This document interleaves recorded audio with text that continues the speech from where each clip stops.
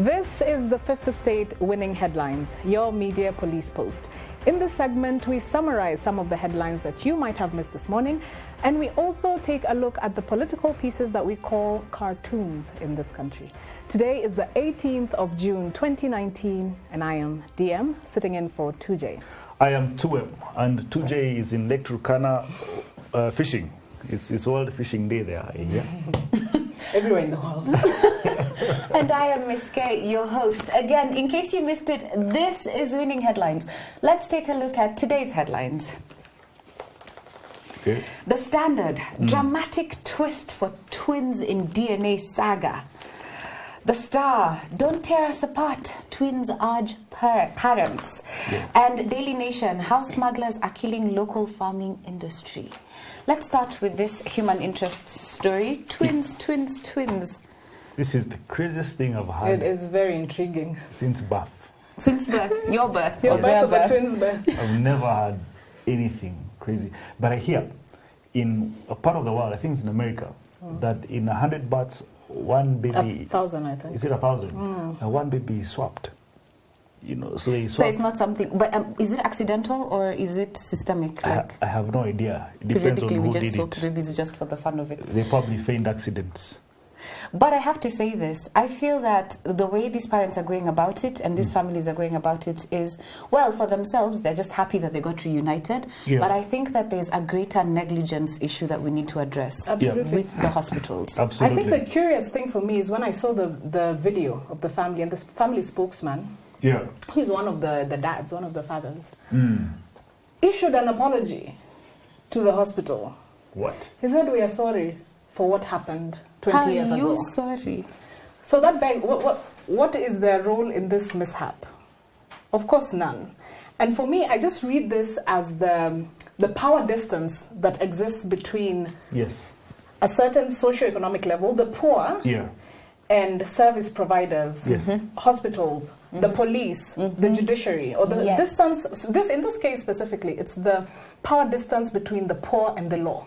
That's very true. And what I think, and if this is my opinion and my advice to this family, is sue that hospital. Yes. And these are cases that should be taken up by lawyers. Yeah. Where are you public interest lawyers? Where are you protecting our children, the children of our future? Where's Cradle? Where's They call Cradle? Cradle. I don't even know. They should be out there protecting the future families. Because if you do not hold the hospitals responsible for being negligent, Yeah. then that statistic of 1 in 1,000 will become much, much more in Kenya. I mean, we had a nurse who openly confessed to willy-nilly swapping babies for the heck of it. Now what you'll Hold them have, to For account. economic gain. what you'll have is a situation where babies would need to have tags every time they're born. Of course, But they they have do. tags. They do have tags. No, like electronic tags. You can see who's not the parent in the panel. Okay, Babies will need tags. Like it beeps wherever, and it remains there. Cannot be removed. let me bring back this conversation. We have a 3-part criteria that we use to break down the headlines for ourselves. We ask ourselves, is this headline topical or is it speculative? Is it repetitive or is it groundbreaking? And is it topical or just plain lazy? Yeah. So what do we say about the twins? Dramatic twists for twins in DNA saga, and don't tear us apart, twins urge parents. Shall we look at them against the nation? Okay, so we hold them in the parking bay because if at all we're keeping them, we're keeping the twins together. Yeah. And then we will look at them against Daily Nation, how Yes. smugglers are killing local farming industry. Look, this has been going on for a long time. If you had to go to Marigiti, about 4:30 a.m., all right, you find trucks with potatoes and onions, and a lot of them are actually from Tanzania. You can tell from the registration plates. No, I was going to ask. it is what the wholesalers will tell you, right? And the truth of the matter, that's exactly how they look, and including the packaging. And why But that's would not they my do point. that? It is cheaper. It is cheaper to bring goods from Tanzania and sell them here. Than for me to go just up the road kidogo To Nyandarua, if you go to and get Kinangop, potatoes and come sell them in Nairobi. your potatoes probably have blight, and then they're in a smaller sack. And then the sack costs more than it costs in Tanzania. But my point is this. If this is happening, why is our friend down south a man in charge of Dar es Salaam, why is he banning our chicks? Why is he banning our cattle? If this trans-border trade has been happening for a long time, then we can benefit from them and they can benefit from us. But they're killing our local farming industry, and I think that's the important part. Are we going to go the way you normally say and be protectionist? So we close down Namanga, even if it's cheaper, and we make sure you buy your plants from up the road. It's impossible to police our entire border. Yeah. And now that you're mentioning policing, the only problem here is not just economic, because also the way these things are coming in, they're flaunting existing rules, for instance, inspection. So as these things are coming in, these onions and whatever, you don't know what grade they are. Nobody has inspected them. Oh, yes, absolutely. And then, of course, there's also taxation issues. Yes, absolutely. What I think, if I put this headline against these two, this one has economic bearing, national economic bearing. It's a more important headline. Right. While this one, we're literally following a local family drama. Yeah. It's soap opera, and Kenyans do It's love intriguing. our It's soap opera. extremely interesting. I agree. It's of interest as well. Yeah. But it's also been on the news for a while, and that. Okay, then I say the Daily Nation becomes our winning headline for this reason. It's opening up something that we have not thought about before. We're looking at our agriculture industry from a different angle, looking at the way we are killing our own industry by making our traders sell other products that are not grown locally. So I say we toss those two. Happily. And the Daily Nation is our winning headline. Yes. On to our next segment, the political pieces that we call cartoons in this country. And just like the headlines, we have a 3-part criteria that we use to break down the cartoons for you. We ask ourselves, is the cartoon humorous or is it dry? Yes. Is the cartoon satirical or is it pessimistic? And finally, is the cartoon effective or just plain lazy? Sounds interesting. I knew Gado would come up with a caricature of Uhuru Kenyatta. But before I analyze it, let me describe it. Okay? A caricature of Uhuru Kenyatta doing some shadow boxing. The first one, he throws a punch, the shadow misses. Second, he throws a punch. The shadow punches back. Punches back. And a puff half. Second one, he throws an uppercut. Shadow misses. Fourth, he throws a punch. He is boxed. Half puff. A point is, I think the context of this is... Interesting commentary by Little Gado. Oh, yes. Ding, ding, when the bell rings, end of round 10. Round 10, meaning he's been boxing for a really long time. He's done 10 rounds. But look at this. Context of this is the angry speech Uhuru had on Sunday. And That's the Akorino concert. Hey, Akorino convention. Sorry. But can you really have an Akorino anything without Kegosho? Oh my God. What's that? The singing. Oh, the singing is wonderful. Without music, you'd think they're dancing to reggae. Okay, back to the cartoon. The shadow boxing, I mean, Gado is obviously having a go at Uhuru. Yes. Perhaps for good reason. Yeah. And shadow boxing means you're basically sparring with an imaginary opponent. Yes. Or he is making a show of putting up a fight without actually engaging with the actual problem. Which in my view is what he did at Kasarani. Let me tell you. It was a continuation of making statements that are angry, passionate, yes, but they're not directed to anyone in particular, they're directed to some people in general. Actually, I disagree. And I want to revise my statement from yesterday.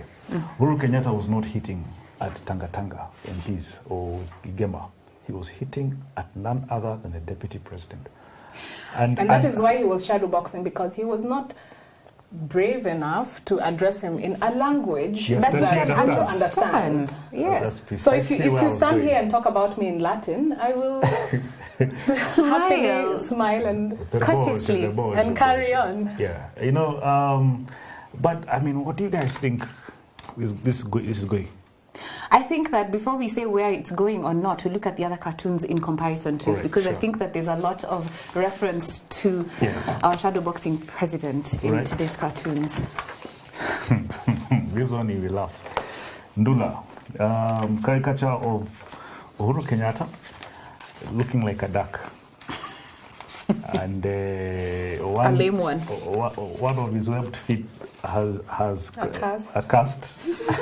and he has crutches, and the beak of the quack, the bill, sorry, is spitting fire. Next to the fire is a seated William Ruto. The fire is directed at William. And he's crying. And As per usual. William Wetito is giving him comfort. He's giving him a cuddle. He's giving him a cuddle. Yeah. Oh, man. And he says, quack, I am no lame duck.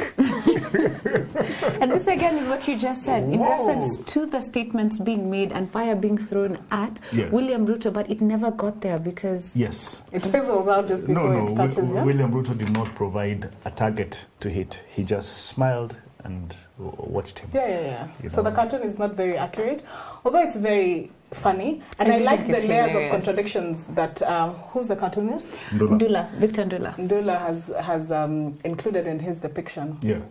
First of all, the contradiction of course, he's saying he's not a duck, but he's quacking. It's there. If it quacks like a duck, walks like a duck. It is it's a duck. It's true, I like it. The contradiction of the duck is spitting fire. It's taking on a dragon quality and spitting fire. A lame duck spitting fire. And then, so we can see that he's a lame duck, but then we're also seeing that William Ruto is afraid of this duck. him. So it's that contradiction. But Wetito is saying, I mean, he's not saying, but he's looking at him like, hey, defiantly. We know you, this fire, we know. And Wetito understood the message, yet he's looking at him defiantly, smiling and cuddling William Ruto. He's telling Ruto, calm down, we have seen this fire before. Yeah, Wetito knows the truth. It's more bark and no bite. Okay, last cartoon, then we can decide, because I feel like all three of them speak to the same issue, so we have to decide which of the three was most effective. This is Ozone. This is June's favorite. Most definitely. A puffing and huffing Uhuru Kenyatta, exasperated, and he's putting down his gloves, and his face has turned red, right? And steam coming out of his ears. Yes, and then ringside, Sabina Chege, and she's saying, "I cry for you." Oh man. I don't think it's I think as of dramatic. all the three, this one is the one that we can toss. Yeah. I say quickly. The word is boring. Yes, that is the key word. Boring. Toss it. So between Victor Ndula and Gado, which is our favorite cartoon? Ndula's is very funny and layers, but Gado's is also quite good. We have to pick one. In my view. Pick one. I'm conflicted. Ndula. Gado.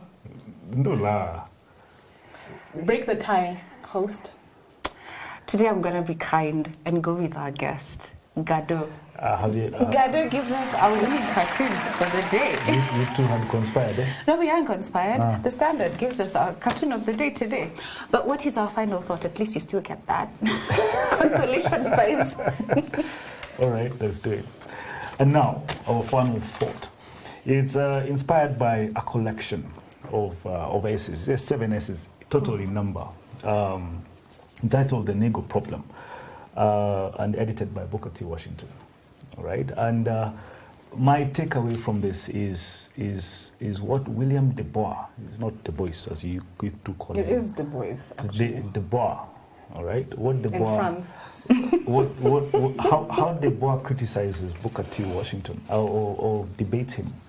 And he said, by the time in this stage of abolishment, where the black man was meant to get at power, his debate with Booker T. Washington was how would you expect a black man who has been tortured for so long and dehumanized for so long to be suddenly at par with a white guy, right?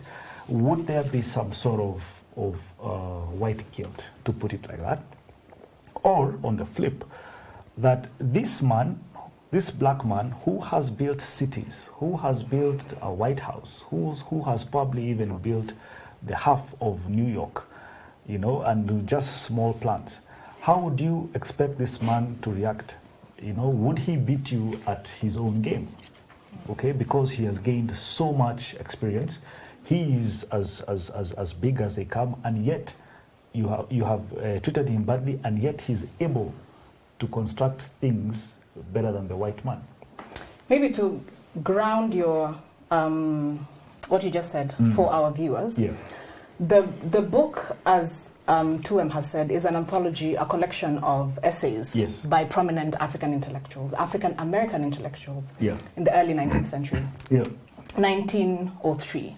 But we've selected 2 essays to discuss. One is by the editor, Booker T. Washington, and the title is Industrial Education for the Negro. The other one is by W.E.B. Du Bois, and it's titled The Talented Tenth. And the reason that we selected these 2 is because at that time there was a public debate. These 2 were public intellectuals, and they were talking about the emancipation of the black race in America, because this was in the segregation era. They were discussing the social and economic emancipation, but they were disagreeing on the how, the strategies that they should employ as black people to advance the case of the black race. And by the way, if you look at both of them, and what DM is saying, these M's, you guys, there are so many. DM is saying is that they truly had one objective, and that was, here we are, we have been emancipated, we are free. But now, what do? We can't go back to the fields. And that was also the problem of the white man. We can't send them back to the fields. But then again, they're not the same as us. And even they, as public black intellectuals, acknowledge the fact that there was a work to be done to try and get the common Negro from the point at which he was to some sort of civilization. And remember also, to just contextualize it further, just a few years prior to that, 1865 was when segregation was ruled as constitution in America. So that was the beginning of the Jim Crow laws. So now there was systemic segregation, but now these people were saying, how in this context do we find our humanness, our socio-economic contributions in America? And so, on one hand, Booker T. Washington said, he believed, and I think that, if I could call this, I don't know if it's kosher to say this, he gave slavery a silver lining. He said that it was an industrial school. Therefore, let's continue with our industrialization and give it a certificate. So we work our way into the civil and political rights. And if we work, our oppressor, the white man, will be able to see the value in this black man and see that we're not chicken stealers and liars. And that was actually his words, which I don't know. It's a very, because he was actually saying, hard way to do it. Let's just take racism as it is, accept discrimination, but work hard, so that eventually down the road our oppressor will recognize our efforts and then include us or integrate us back into society in all levels. That's what he was saying. Then that's true. But on the other hand, W.E.B. Du Bois was saying, let's do this. He believed in what was called a talented tenth. He goes through a history of black people, even before the emancipation movement, who were educated and trained in universities and institutions of higher learning. And he says that these are the people who are going to rescue and save the black nation. That the exceptional among us are the ones who are going to elevate the rest of us. Therefore, let us educate, but not educating our hands by going to technical schools like Booker T. Washington. Let us go to big institutions, universities, let us get higher education, then come back and elevate our people, because only through our exceptional, and I do say this, men, I think DM is the one who noted this distinction. Emphasis on men, Can we elevate ourselves as a black people? Let me ask this. Yes. I feel Jomo Kenyatta was a student of Booker T. Washington. Not W.E.B. Du Bois. No. Did we not go to the LSEs of this world? Because, you know why I'm saying this? It's because, and I've argued this, and it's a sensitive argument to make, that it was probably better for the founding fathers to favor those that had gone to nice universities in the West over those who were fighting for their land. Isn't that a W.E.B. Du Bois Is type that a of Dubois or Booker T. Washington? That is the talented tenth that we sent away to the higher institutions of learning, whether they be in England or in Russia, depending on wherever they went. Then they come back and they help us liberate ourselves from the yoke of colonialism. So that was a selfish, sort of selfish outlook. It was elitist, but also I see a fallacy in it. Yes. Because by saying that you get this 10% of the population who will then get higher education and then can then be the representatives of the black race in this instance and pull them out of their poverty or whatnot. Yes. The fallacy is that he's applying an economic principle to a social problem. You know, the economic principle of unintended consequences. Yes, precisely. Yes. Where in pursuing your own interests, Adam Smith, in pursuing your own interests, then there are some unintended outputs that will benefit more than just you. Correct. That doesn't happen in the social space, and especially in the organization of society, otherwise known as politics. Yes. It has to be deliberate. It has to be intentional. So then there's an assumption that these 10%, these men, will find it in their interest to bring up the community with them instead of pursuing their own interests, which I see as a fallacy. Wow. This is winning headlines. We had a winning cartoon from the Standard and a winning headline from the Daily Nation. Interesting conversation, and I have to say this. Whereas they had different packs, whether you pick a Jomo Kenyatta, W.E.B. Du Bois type, and you go to LSE, then you come back and liberate the people. And lead the Africans. Or become a selfish dictator. Or you have a Booker T. Washington competence-based education type system where you work your hands, and then from there you will grow into economic growth, and then into wealth, and then into higher thought. But the one thing both of them did not do was that they did not address the entrenched systemic racial degradation and entrapment and disenfranchisement of the black people. Absolutely. And I think we'll go into that tomorrow and talk about how we went from slavery to segregation to civil rights. Have a great day and see you tomorrow.